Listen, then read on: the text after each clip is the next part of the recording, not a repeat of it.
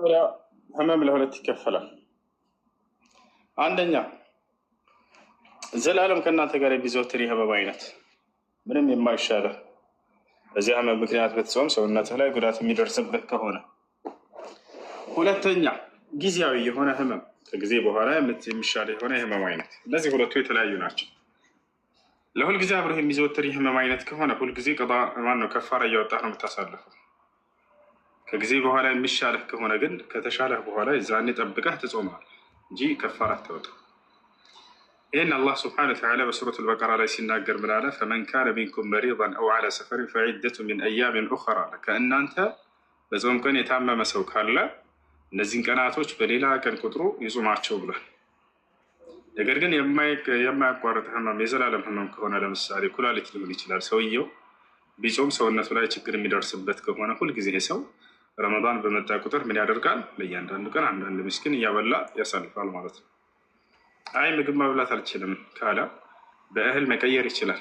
ሩዝ ሊሆን ይችላል። ለእያንዳንዱ ቀን አንዳንድ ኪሎ ከግማሽ ለወሩ 45 ኪሎ ልክ ረመዳን እንደገባ በአንደኛው ቀን 45 ኪሎ የወሩን በአንድ ቀን ለአንድ ምስኪን ሰጥቶ በዚህ መወጣት ይችላል። እሺ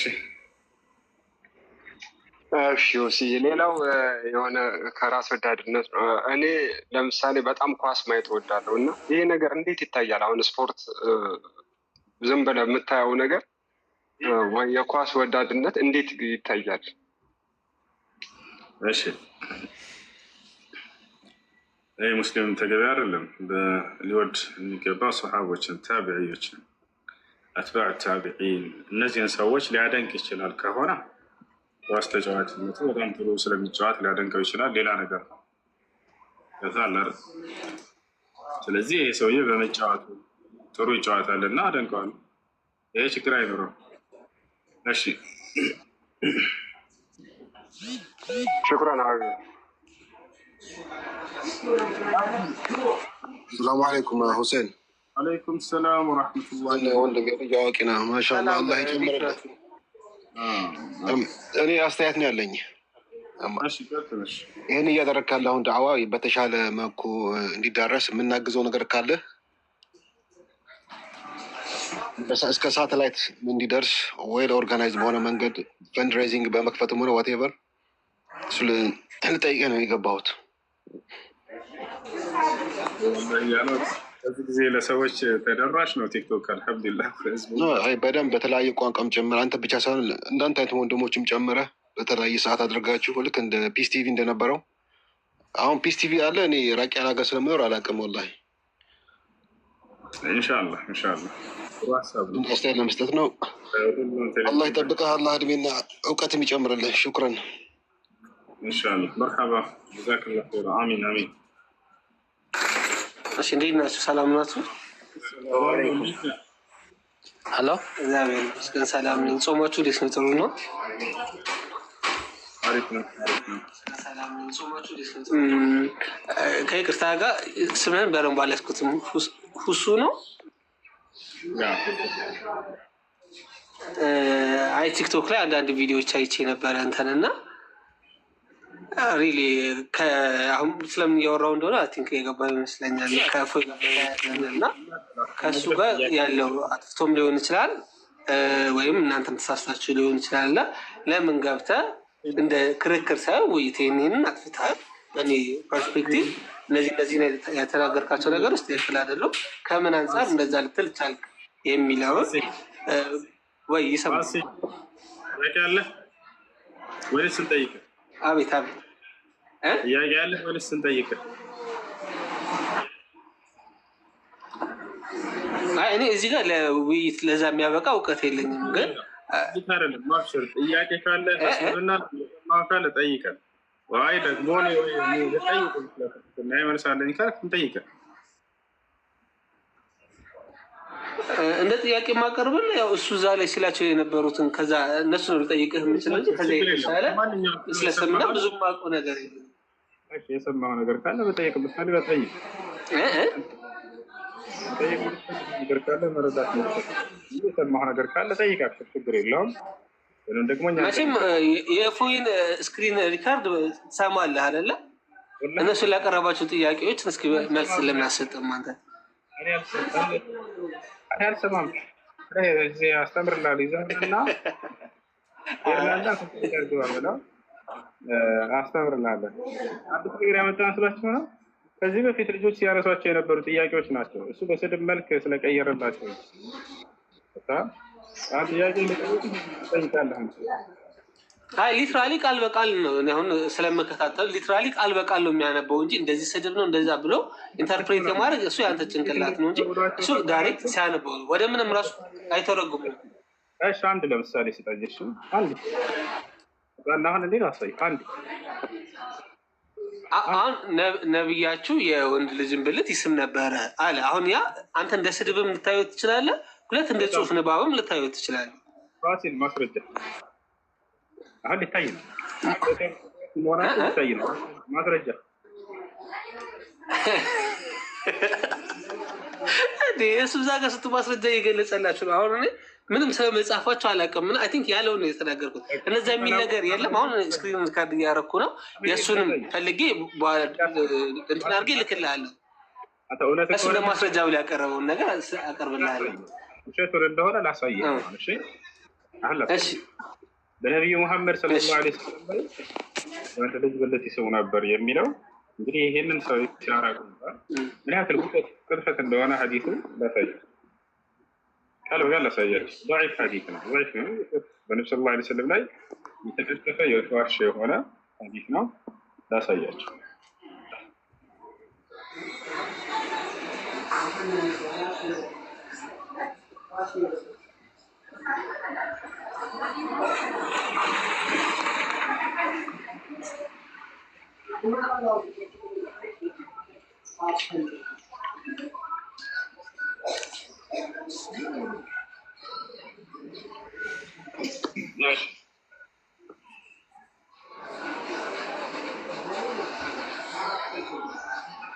ያውና እዚህ ጋር ምን ይላል? وأما مسه من إلى الحديث تقبيل النبي صلى الله عليه وسلم زبيبة الحسين لا يصح.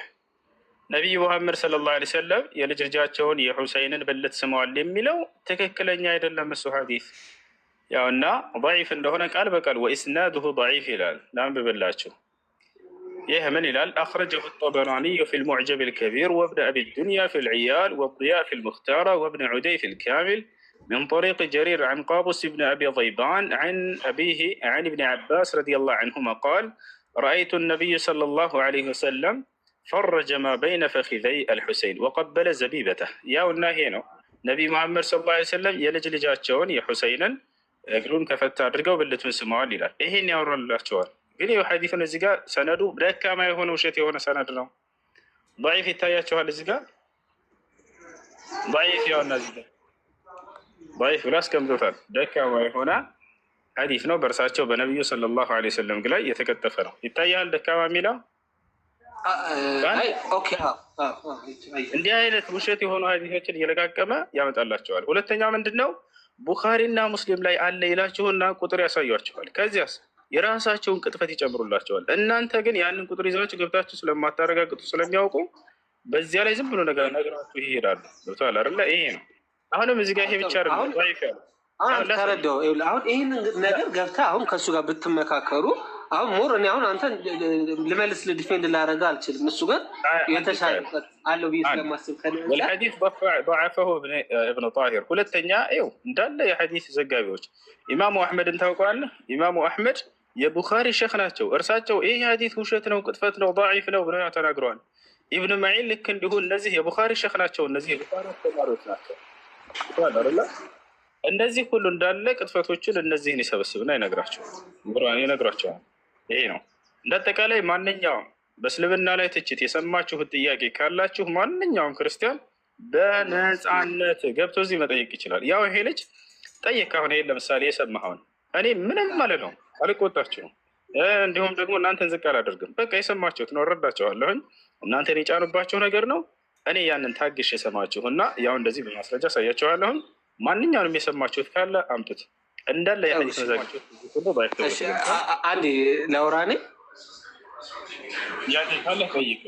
ሐሳብ አሁን ምን መሰለህ ወንድሜ፣ አንድ ነገር አሁን ሌባ ስትለው የሚደነግጠው የሆነ የሞከረ ሰው ነው። አሁን ይሄ አልሳሙ የሚለው ጽሁፍ የመጣው መቼም እሱ ጽፎት አይደለም አለ ሰሟን የሆነ ሰው ብቻ ጽፎት ነው። ስለዚህ አሁን ይሄ ልጅ እኮ ጥፋት አለበት ማለት አልችልም። የተጻፈውን ነገር አነበበ። አንተ ደግሞ ሂደ በዚህ እዚህ ጋር ተጽፎ የነበረው ነገር ውሸት ነው ተብሎ እዚህ ጋር ማስተባበያ ተሰጥቶታል።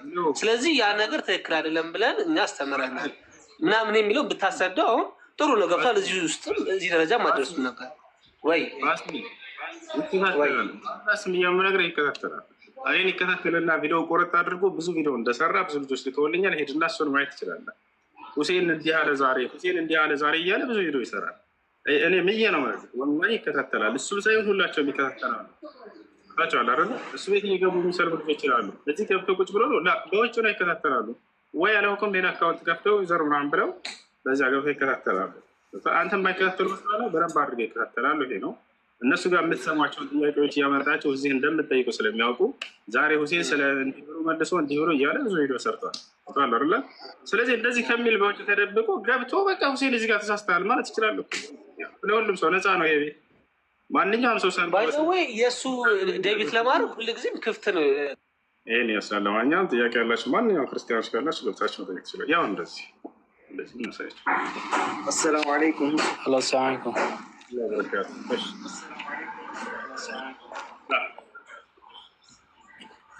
እኔ አንድ ጥያቄ ነበር። ሁሴን ጠይቁ። ክርስቲያኖች ካለ አስቀድሟቸው። ክርስቲያን ካለ ይቀደም፣ ካልሆነ ግን በተራ ጠይቁ። እሺ ይቅደም። ቀጥል። ሰላም አለይኩም። አሚን ይቀደም። ማን ነው? ሁለታቸው ሙስሊሞች ከሆናቸው ከታች ያለው ጠይቅ። አሚን ሙስሊም ነህ?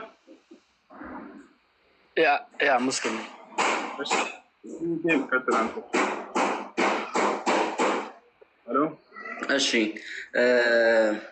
ቪአር ጌም ነበረኝ እና እንደዚህ ፕሮፋይሉ ላይ እንደምታየው ጌም ቤት ነበረ፣ ጌም ዞን እና እንዴት ነው ይሄ በእስልምና እንዴት ይታያል? ይሄንን ማጫወት እንዴት ነው በእስልምና እንዴት ይታያል የሚለውን ለመጠየቅ ፈልጌ ነበረ።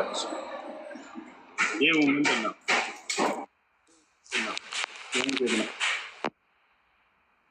መነጽር አለው። መነጽሩን ትለብስና ነው የምትጫወተው እና የተለያዩ የመኪና ውድድሮች፣ የተለያዩ እንስሳቶችን ማየት መጎብኘት ነው እና እንዴት ነው ይሄ ከእስልምና አንጻር እንዴት ይታያል? የሚገኝ ብር ወይስ ዝም ብሎ ለመዝናናት የሚደረግ ጨዋታዎች? ለመዝናናት የሚደረግ ጨዋታ ነው። ያው ግን የምናጫውተው በብር ነው ማለት ነው። እሺ አንድ የሚረብሽ ድምፅ አለ። ራክትል ባለ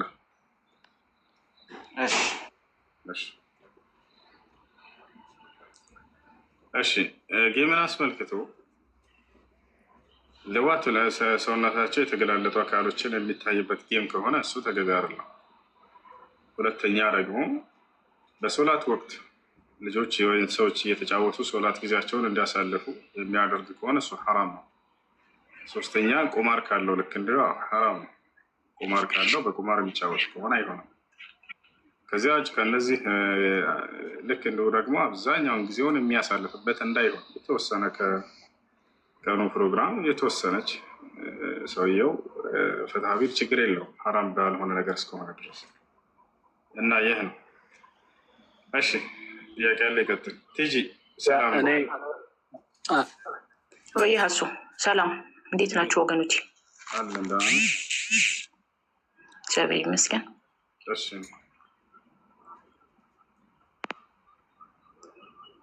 ጥያቄ አለሽ? አዎ አንድ ጥያቄ ልጠይቅ ነበረ ሀሱ ወገኔ።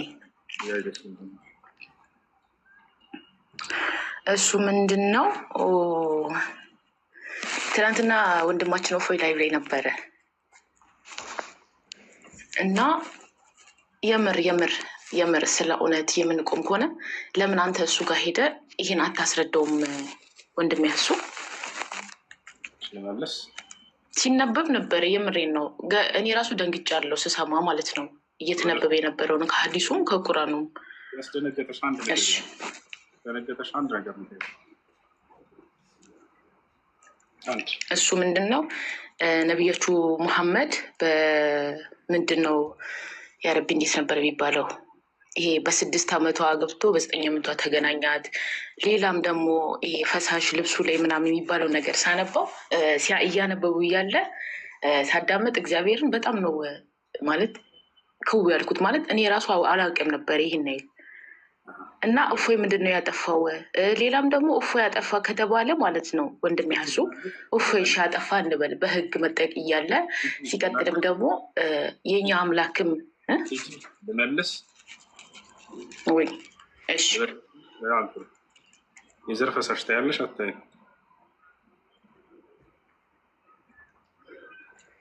መልሽ የዘር ፈሳሽ እኮ ያለው ግን አይደለም እኮ እፎይ ያነበበው እፎይ ግን ያለውን ታዲያ ለምንድን ነው እፎይ ያጠፋ የምትሉት ወገኖች? እፎይ ለምን አጠፋ የምትሉት? ምን አጠፋ? አይነ ተረጋጊ። የዘር ፈሳሽ ያለ ኦኬ ያያል ይሄ ነው ሐዲሱ ላይ የሚለው። እናታችን አይሻ ለምንድን ነው የገለጸችው ይሄን ታዲያ የዘር ፈሳሽ እንዳየች ከተባለ አውቀው ነው ነብዩ ሰለላሁ ዐለይሂ ወሰለም የተውት ለእኛ ትምህርት እንዲሆን። ምንድነው ትምህርቱ?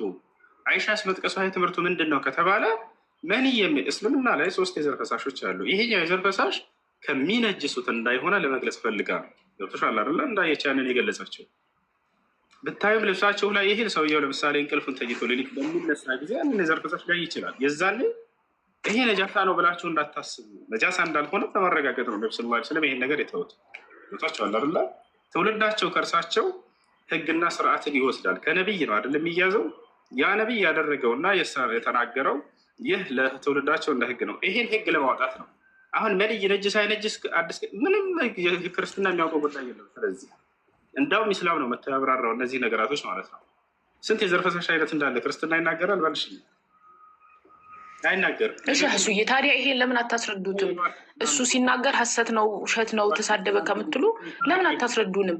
አሁን ከአንቺ ጋር እያስረዳች ነው። አዳምጪ። የሚነግሯቸውን ሁሉ ጥያቄዎች እሺ ንገረኝ።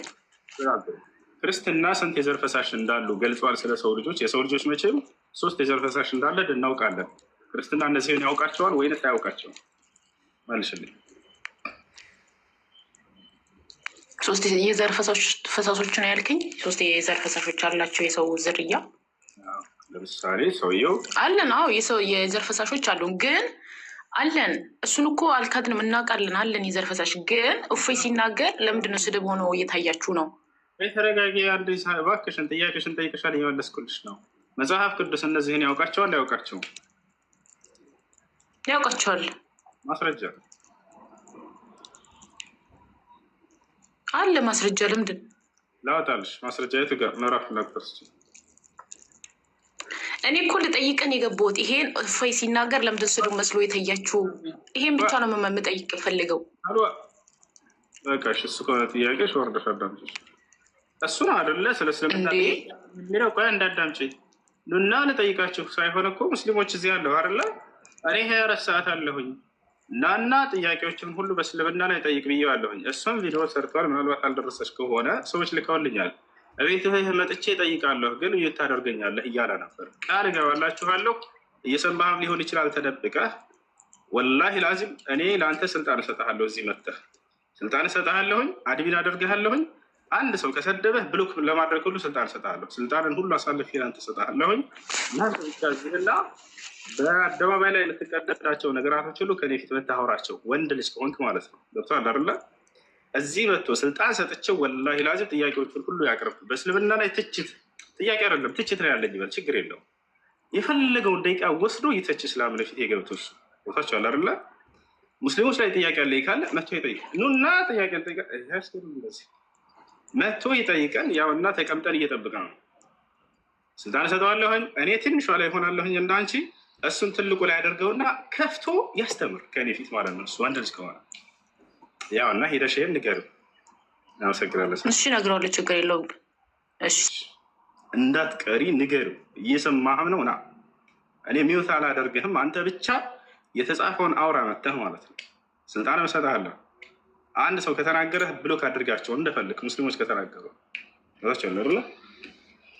እንደማይመጣ ወላሂ ላዚም እነግራቸዋለሁ። ቢሞት ግደሉት አይመጣም።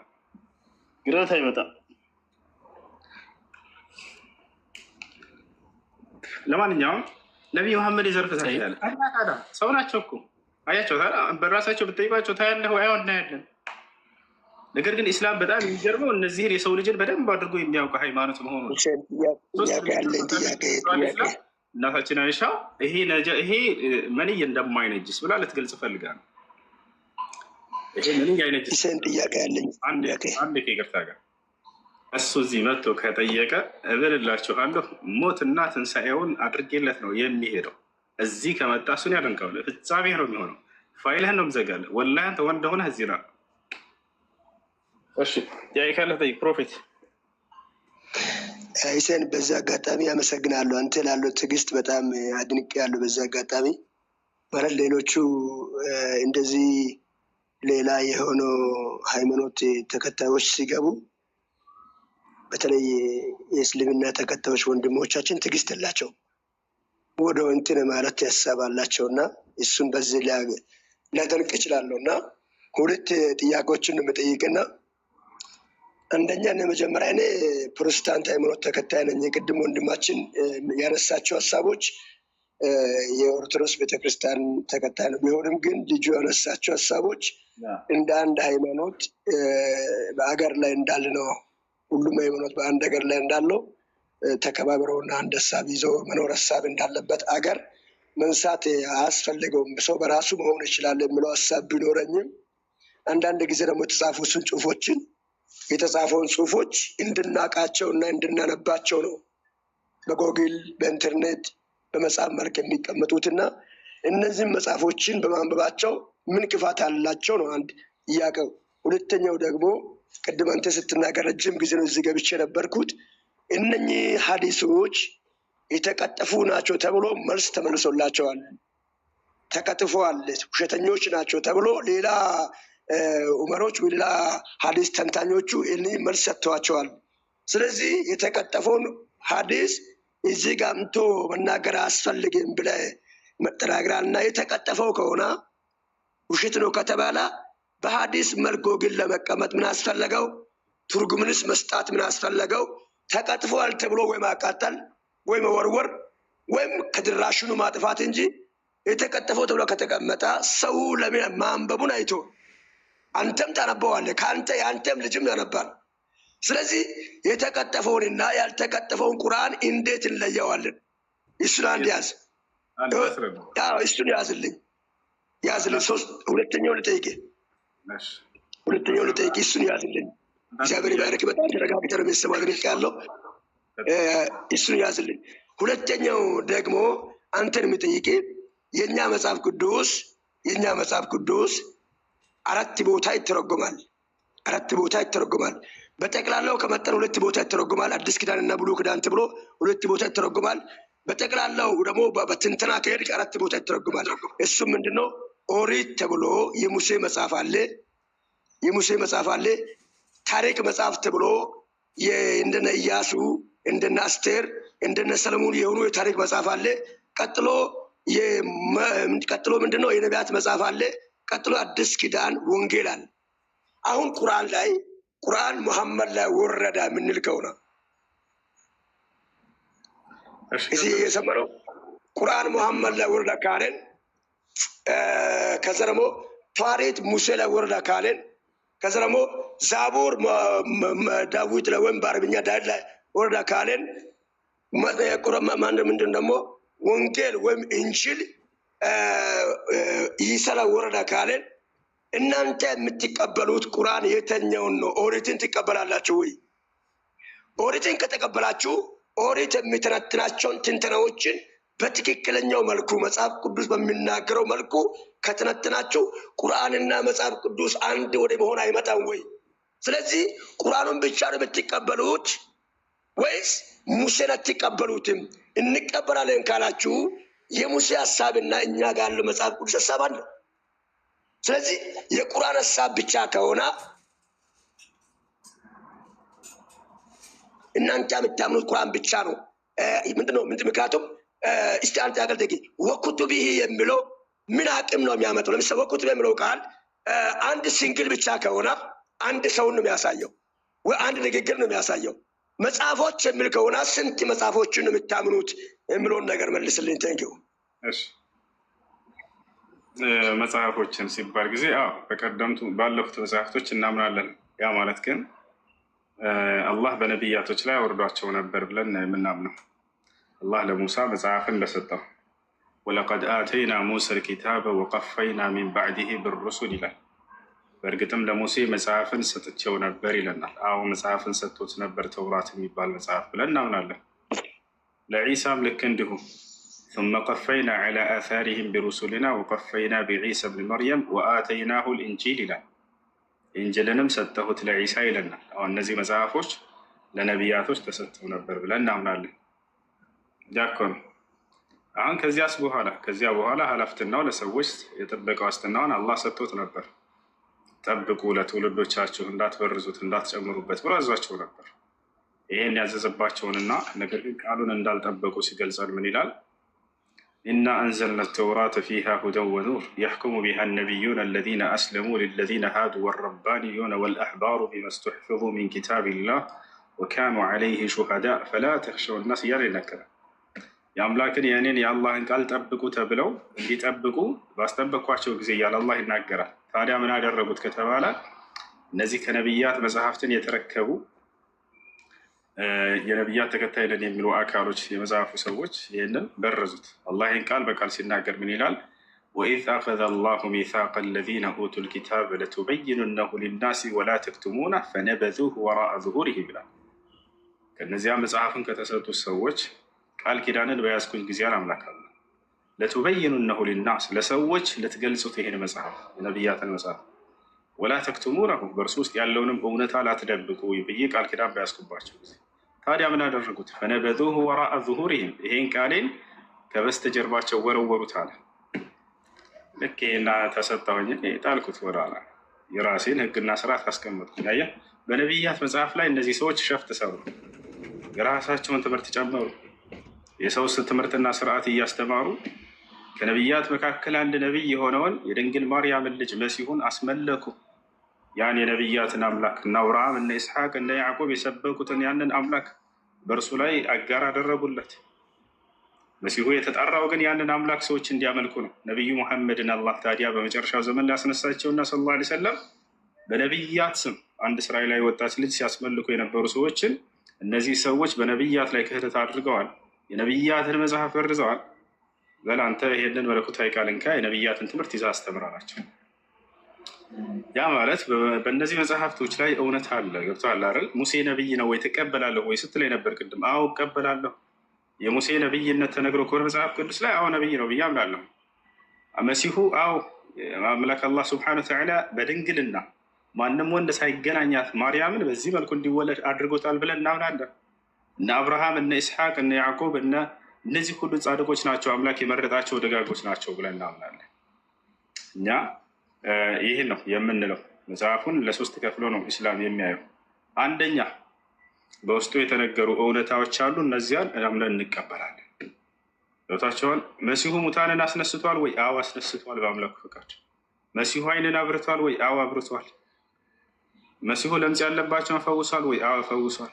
ደዌ ያለባቸው ይፈውስ ነበር። አምላክ ይህን ተአምር ሰጥቸው ነበር ብሎ ገልጸውና እንዴት ነው የምንክደው? ትልቁና ዋናው ደግሞ ትምህርታቸው አንዱን አምላክ መስበክ ነው። ሙሴ ሲያስተምር ምን አለ? እስራኤል ሆይ ስማ፣ ጌታ አምላካችን አንድም ሶስትም ነው አላለም። ጌታ አምላካችን አብ ወልድ መንፈስ ቅዱስ ነው አላለም። ጌታ አምላካችን አንድ አምላክ ነው አለ። ያው ሙሴን ተጠየቀ። ኢየሱስ ክርስቶስ ምን አለ? የትእዛዛት ሁሉ ፊተኛይቱና መጀመሪያይቱ እስራኤል ሆይ ስማ፣ ጌታ አምላካችን አንድ ጌታ ነው አለ። ያንም ነቢያት የሰበኩት አዲስ መንገድ አምጥቷል። መሲሁ አላመጣም።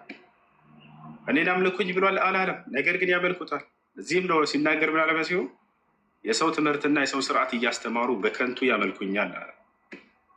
ሊመለክ የሚገባው ያ መሲሁንም ሆነ አብርሃምን ኢስሐቅን የላከው አንድ አምላክ ነው ነው። ይህን ነው ነቢ ሰለላሁ ዐለይሂ ወሰለም የተናገሩት። ለዚህ ነው የጠሏቸው። ወዩንዚረ አለዚነ ቃሉ እተኸዘ ላሁ ወለዳ፣ አምላክ ልጅን ያዘ ብለው የተናገሩ ሰዎችንም ሊያስፈራሩ ሊያስጠነቅቁ ተልከዋል። ታው ይሄ መንገድ የነቢያትን መንገድ ተመለሱ፣ ወደዚያ ሊመልሱን መጡ። ጠሏቸው ሰዎች። ይሄ ነው እና ነቢያችን ሰለላሁ ዐለይሂ ወሰለም የአብርሃምን መንገድ ተከተል ነው ያሉ። የኢስሐቅ መንገድ ያው አብርሃም አላህ ስብሐነ ወተዓላ በቁርአን ላይ ሚለተ አቢኩም ኢብራሂም ይለናል። እስልምናን እየገለጸ ለአንዱና ብቸኛ ለሆነው አምላክ ለእርሱ መገዛት በእርሱ ላይ ቅንጣትን ሳታጋራ ይህንን አላህ ስብሐነ ወተዓላ ሚለተ አቢኩም ኢብራሂም ይላል። ይህ እስልምና የአባታችሁ የአብርሃም መንገድ ነው እያለ ይገልጸዋል። ቁል ሰደቀላህ ፈተቢዑ ሚለተ ኢብራሂም ሐኒፋ የአብርሃምን መንገድ ተከተሉ እያለ ያዘናል። ቁል አገይረ ላህ አብጊ ረበን ሁወ ረብ ኩል ሸይ ወላ ተክሲቡ ኩሉ ነፍስ አላህ ስብሐነ ወተዓላ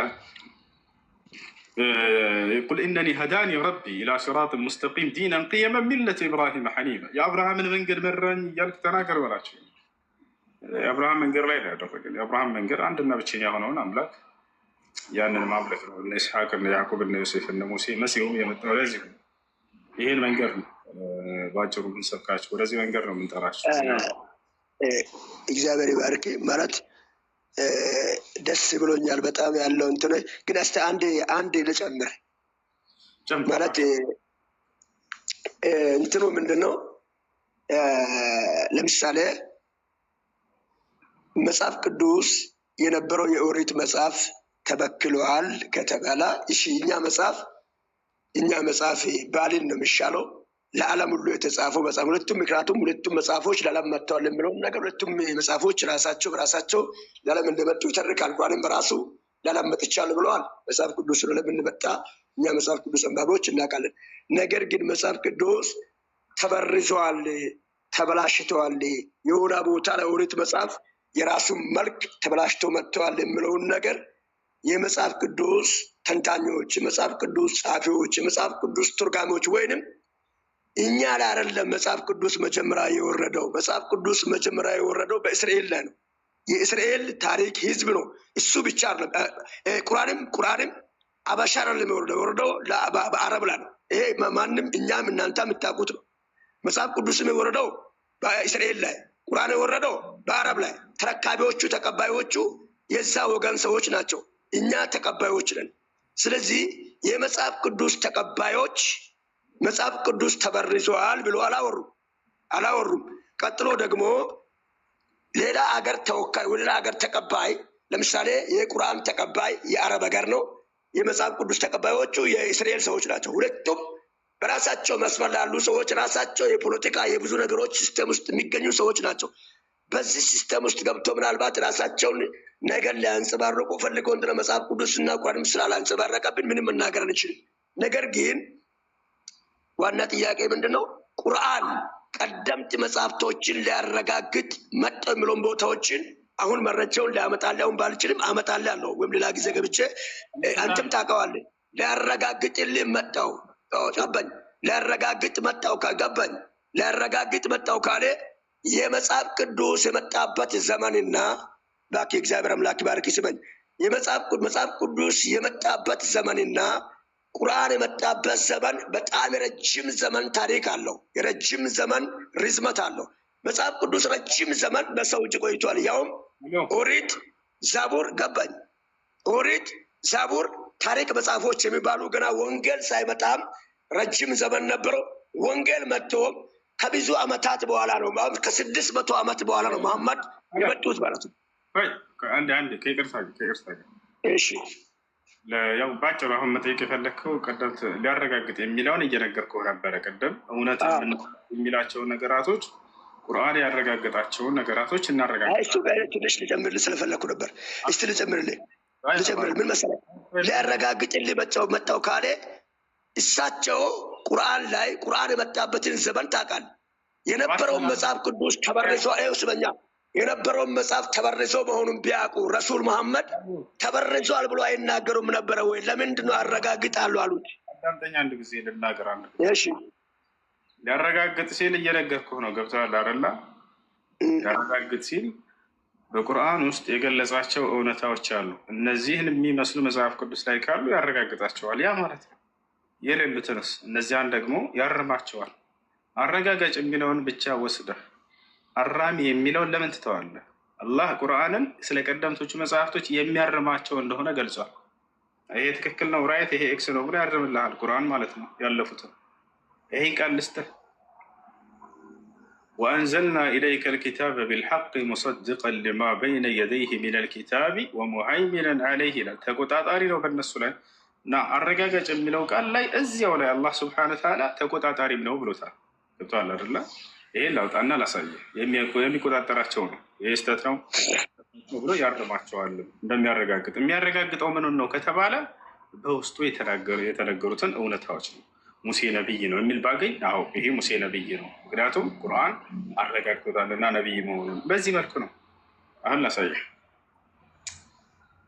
ወሙሃይሚነን ዐለይህ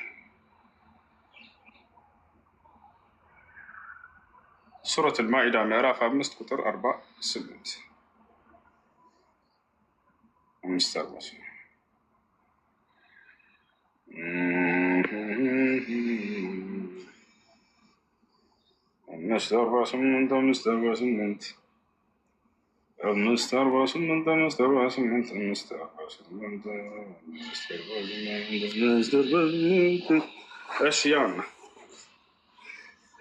ያውና እዚህ ጋር ይታያል። በደንብ አስተውል። አሁን እዚህ ጋር ወደ አንተም መጽሐፉን ከበፊቱ ያለውን መጽሐፍ አረጋጋጭና በእሱ ላይ ተጠባባቂ አንድ ፕሮፌት ባችሁ አንድ ጊዜ እባክህ እንድንረዳው ወደ አንተም ማለት ይላል። ወደ ማን? ወደ ነቢዩ መሐመድ ሰለላሁ ዐለይሂ ወሰለም መጽሐፉን ከበፊቱ ያለውን መጽሐፍ አረጋጋጭ ብቻ። በቃ እዚህ 4 ነጥብ አድርገህ አትሂዱ ነው የምንላችሁ።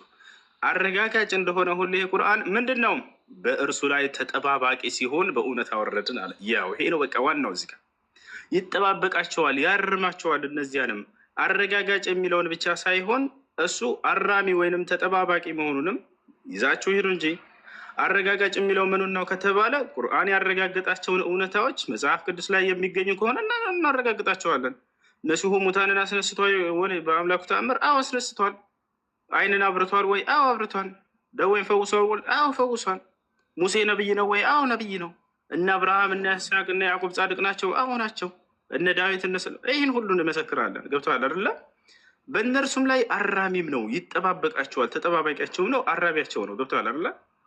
ይህ ነው። ስለዚህ ቁርአን አረጋጋጭ ሲል ምን ለማለት ነው ከተባለ በውስጡ የተነገሩ እውነታዎችን እዚያም ጋር ብናገኛቸው እነዚያን አሁን እውነት ናቸው እነዚህ ብለን እናሆናለን። አይደለም መጽሐፉ ላይ የሆነ ጋዜጣ ላይ መጥቶ ሰውየው እምነት አልባ የሆነ ሰው መጣና ሙሴ የሚባል ነቢይ ብሎ ጻፈ። ይሄን እናረጋግጥለታለሁ። ይሄ ቃል እውነት ነው፣ ነቢይ ነው ሙሴ ላለሁኝ። ያ ማለት ግን ሙሉ የጻፈው መጽሐፉ ጋዜጣው ላይ እውነት ነው ማለት ነው ወይ? ለመጽሐፉን ማረጋገጥ አይደለም፣ በውስጡ የሚገኘውን አምላክ ያረጋገጣቸውን እውነታዎች ያረጋግጥለታል። ይሄ ሊመስል አሁን በሱ ላይ አሁን ለምሳሌ ይቅርታ አድርግልኝ ነገር አበዛው መሰለኝ። ሌሎች ሰዎቹ የሚጠይቁ ሰዎች ስለሚኖሩ ትንሽ ጊዜ እንትን አረኩ መሰለኝ እና ተጠባባቂ የሚለው አማርኛ አራሚ የሚለውን ነገር ይገልጻል ወይ? መጠባበቅ ማለት ቀደምት የነበረው ነገር የሆነ ነገር እንዳይሆን እንዳታበላሸው እያለ ማስጠንቀቂያ እየሰጠ እንትን እንደሚያደርግ ማለት ነው። ስለዚህ ምሳሌ ሊሰጠህ ነው፣ ራሱ ምሳሌ ይሰጣል ቁርአን ከሚጠባበቃቸው መካከል የሚያርማቸው ስህተቱን እና እውነቱን የሚገለጸበት አለ። ለምሳሌ ሰለሞን አምላኩን ክዶ እንደነበር ይናገራል አይደለም? ወማ ከፈረ ሱለይማን አለና አላህ በቁርአን ላይ አረመው፣ ሰለሞን ግን አልካደም፣ ውሸት ነው አለ። ለእስራኤላውያኖች ከወርቅና ከብር ዕቃ አቅልጦ ወይፈን ወይንም ጥጃ አምላክ ብሎ ሰርቶ የሰጣቸው ማን ነው? እንደ መጽሐፍ ቅዱስ ፕሮፌት ሃሩን ነው አይደለ? አየሁ አይደለ? ሃሩን ነው ብሎ መሰከረ። ነቢዩላህ ሃሩን ያንን ጥጃ ወይፈን የሰራው እሱ ነው ብሎ መጽሐፍ ቅዱስ ይናገራል። የሚገርማቸው አላህ ይህን ቁርአን ላይ አረመው። ማን ነው አለ? ሃሩን አይደለም አለ፣ ሳሚሪይ ነው አለ። ሌላ አካል እንደሆነ ገለጸ። ሳሚሪይ ነው።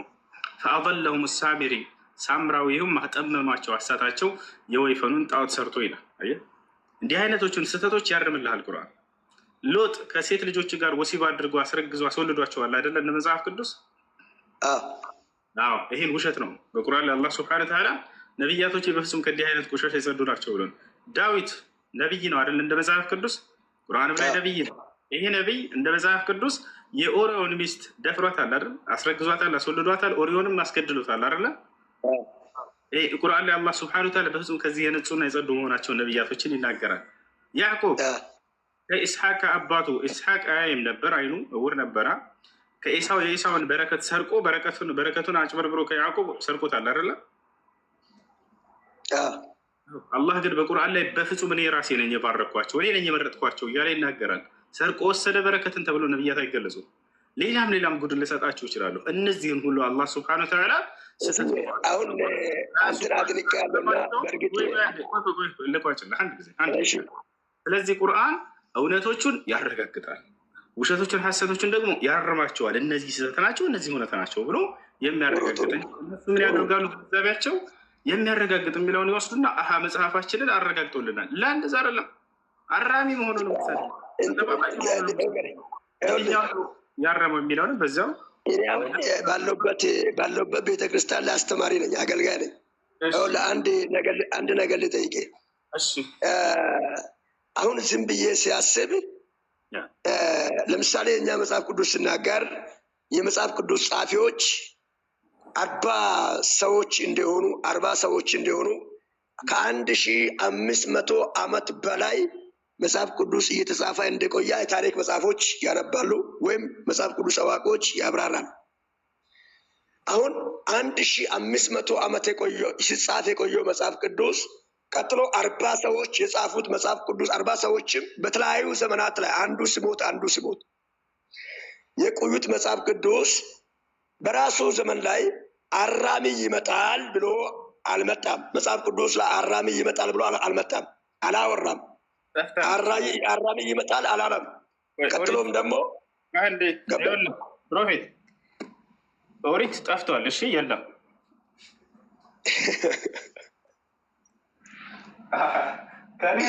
እሺ ማነው አጠፋው? እንዴት ነው ጠፋው? በጣም ጥሩ ማስረጃ ልሰጥህ ነው። መጽሐፍ ቅዱስ ላይ ማስረጃ ልሰጥህ ነው። ይላል የአባቶቻችን ኦሪት ጠፍታለች ይላል መጽሐፍ ቅዱስ። ና ላሳየህ። ምኑ ጋር? የቁርአን አይደለም ናብስር ላሳየህ ነው። የጌታ በጌታ ነው አይደለ ፕሮፌት? ኧረ እኔ ፓስተር ነኝ። ምነከ? እሺ ያና ከመጽሐፍ ቅዱስ ልሰጥህ ነው። እሺ ዘንድሮ ማይወጣ ጉድ የለም። እስቲ ያሳይ።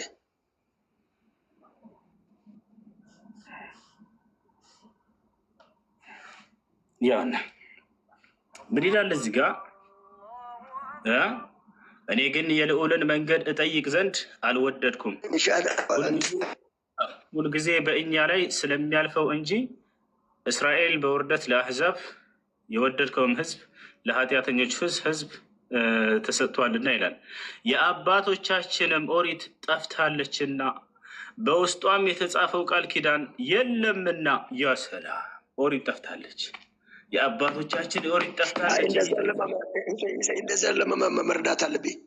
እንደዛ ጠፍታል የምለው ቃል በቃል ቃሉ ጭራሽ ጠፍቷል የምለው ቃል ሳይሆን ህዝቡ በልቡ ላይ የእግዚአብሔርን ቃል መያዝ እንዳላዘው ነው የሚተረጉመው።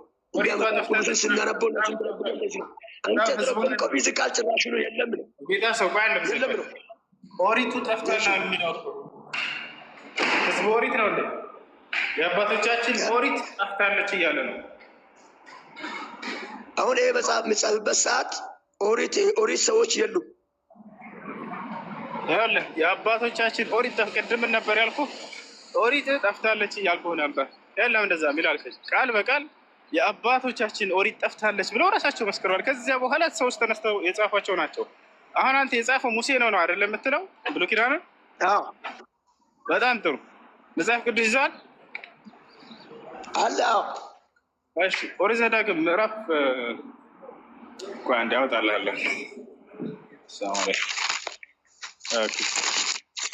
ኦሪት ዘዳግም አይጣልኛል። ኦሪት ዘዳግም ቦታውን ንገረኝ፣ እኔ ላነብልህ እነግርሃለሁ። አንድ ከይቅርታ ጋር አዛል አድርሽ። ችግር ተመችተኛል። እሺ ፕሮፌት አንተ ጋር ቀጣይነት አለ። እሺ ችግር